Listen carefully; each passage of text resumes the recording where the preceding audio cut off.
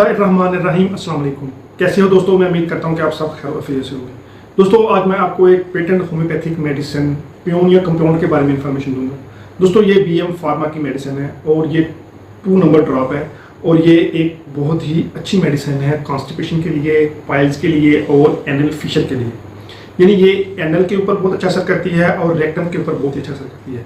दोस्तों इस वीडियो में मैं आपको बताऊंगा कि ये जो पियोनिया ड्रॉप है ये एनल वाले रीजन तो कौन कौन से सिम्टम जो है ना देखने में आते हैं, तो ये मेडिसिन बहुत अच्छा असर करती है। उसके बाद मैं आपको इसकी कंपोजिशन के बारे में बताऊंगा और उसके बाद मैं आपको इसको लेने का तरीका बताऊंगा।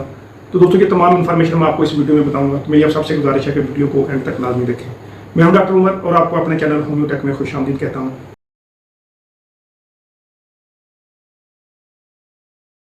दोस्तों ये बीएम फार्मा की 2 नंबर पियोनिया कंपाउंड है। दोस्तों मैं आपको साइड पे पिक लगा दूंगा, आप देख रहे होंगे। दोस्तों ये बहुत ही अच्छा वर्क करती है ये मेडिसिन, ये ड्रॉप खास तौर पर रेक्टम वाले रीजन पे और एनल वाले रीजन पे। यानी अगर किसी पेशेंट को बवासीर का इशू है, होमोराइड का इशू है, पाइल्स का इशू है या फिर अगर किसी को एनल फिशर का इशू है। दोस्तों सबसे पहले मैं आपको डिटेल में बताता हूँ कि एनल फिशर क्या होता है। इस एनल फिशर के रिलेटेड मेरी एक वीडियो है, मैं उसका लिंक आपको डिस्क्रिप्शन पे दे दूंगा, आप उस वीडियो में भी आप देख सकते हैं। और उसके बाद मैं आपको पाइल्स के बारे में बताता हूँ कि पाइल्स क्या होती हैं, ये कैसे नमूदार होती हैं और इसमें पेशेंट को कौन कौन से सिम्टम जो है ना वो देखने में आते हैं।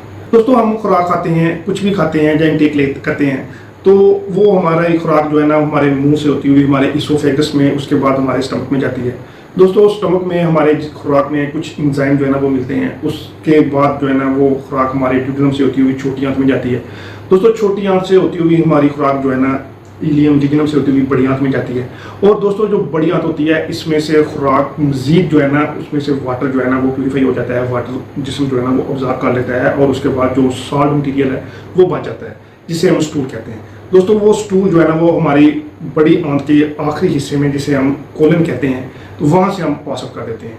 दोस्तों अगर किसी वजह से या हमारे जिस्म में किसी एंजाइम की कमी की वजह से या हार्मोनल के इम्बैलेंस की वजह से दोस्तों हमको कॉन्स्टिपेशन का इशू देखने में आता हो और कॉन्स्टिपेशन की वजह से हमारा स्टूल बहुत ज़्यादा हार्ड हो गया हो और उसकी वजह से अगर हमारे ब्लड में बहुत ज़्यादा फैट की मकदार है, दोस्तों उसकी वजह से अगर किसी को एनल वाले रीजन पे, रेक्टम वाले रीजन पे, वहाँ की जो छोटी छोटी कैपिलरीज होती हैं, जो आर्टरीज होती हैं, जो कि ब्लड वहाँ पे लेके जाती हैं, अगर उसमें किसी किस्म की रुकावट हो या ब्लड की फ्लो में कमी हो, तो दोस्तों जो एनल वाला रीजन होता है उस पर एक टेंडरनेस जो देखने में आती है। जो एनल रेक्टम वाले रीजन पे जो सिग्नेचर वाल होता है उसको ओपन करने में और क्लोज करने में जो है दिक्कत देखने में आती है।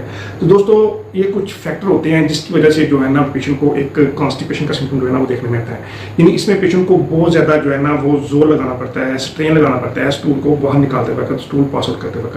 तो दोस्तों जब आप बहुत ज़्यादा जोर लगाएंगे, स्ट्रेन लगाएंगे स्टूल को पास आउट करते वक्त, तो दोस्तों इस स्ट्रेन की वजह से और क्रैक की वजह से जो एनल वाला रीजन है वहाँ पे एक क्रैक जो है ना वो नमदार होता है या क्रैक पड़ जाता है।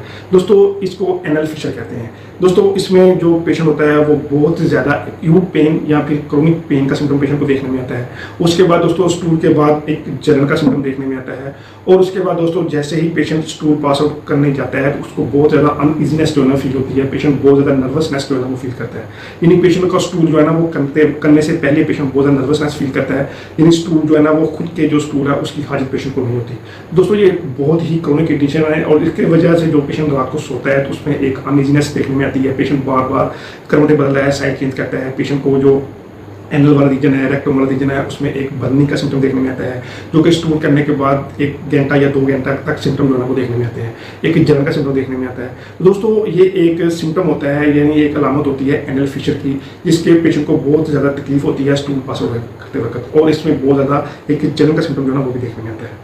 मैं आपको पाइल्स के बारे में बताता हूँ कि पाइल्स के केस में पेशेंट को जो एनएस वाले रीजन पे या रेक्टम वाले रीजन पे जो है ना वो कौन सा सिम्टम देखने में आता है। तो दोस्तों मैंने आपको पहले ही बताया कि अगर किसी पेशेंट को एनएस वाले रीजन पे या रेक्टम वाले रीजन पे ब्लड की जो फ्लोइंग है उसकी कमी देखने में आती हो, तो दोस्तों वो मुख्तलिफ किस्म की वजूहत की वजह से हो सकती है। अगर किसी के ब्लड में जो फैट की मकदार ज़्यादा है तो उसकी वजह से भी वो देखने में आ सकती है, या फिर किसी के स्प्रेंचर वाल में किसी किस्म का कोई इन्फ्लामेशन है या उसमें किसी किस्म की जो बैक्टीरिया की ग्रोथ हो गई है तो उसकी वजह से भी जो देखने में आती है।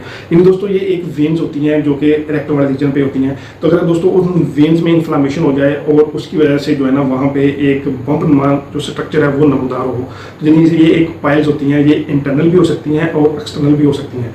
तो दोस्तों अगर ये पाइल्स इंटरनल हो या फिर एक्सटर्नल हो और उसमें जो स्टूल है वो पास आउट करते वक्त बहुत ज़्यादा पेन का सिम्टम देखने में आता हो, एक जलन का सिम्टम देखने में आता हो, चाहे दोस्तों ये पाइल जो है ना वो इंटरनल हो या फिर एक्सटर्नल हो, तो दोस्तों ये एक हेमोराइड जो है ना उसकी सिचुएशन देखने में आती है, यानी जिसे हम पाइल्स कहते हैं या जिसे हम उर्दू में बवासीर कहते हैं।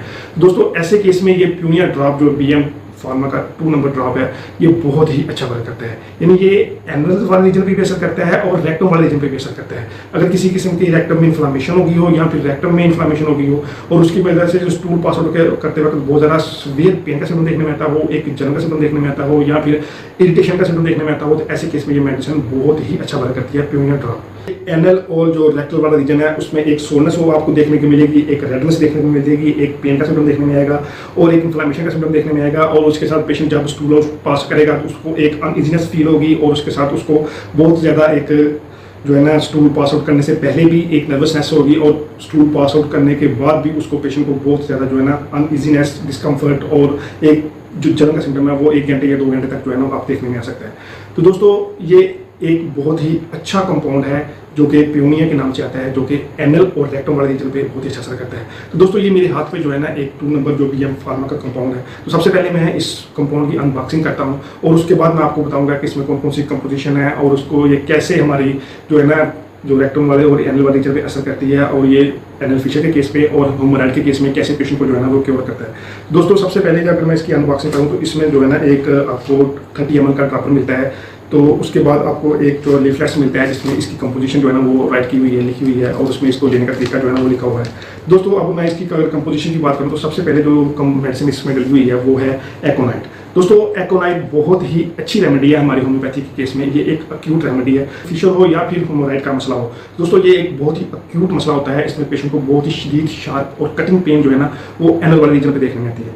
दोस्तों ऐसे केस में ये मेडिसिन बहुत ही अच्छा वर्क करती है एकोनाइट, यानी ये बहुत अक्यूट रेमेडी है और ये बहुत ही अच्छा वर्क करती है ऐसे केस में अगर किसी को एनल वाले रीजन पे या रेक्टम वाले रीजन पे बहुत ही शार्प कटिंग और सोरनेस, टेंडरनेस वाली पेन का सिम्टम देखने में आता हो, ऐसे केस में मेडिसिन बहुत अच्छा वर्क करती है।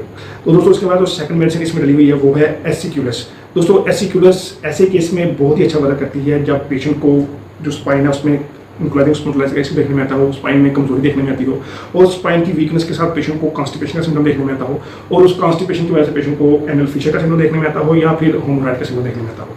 यानी दोस्तों ये स्पाइन की वीकनेस की वजह से कॉन्स्टिपेशन की बहुत ही अहम रेमेडी है जो कि इस कंपाउंड में डली हुई है।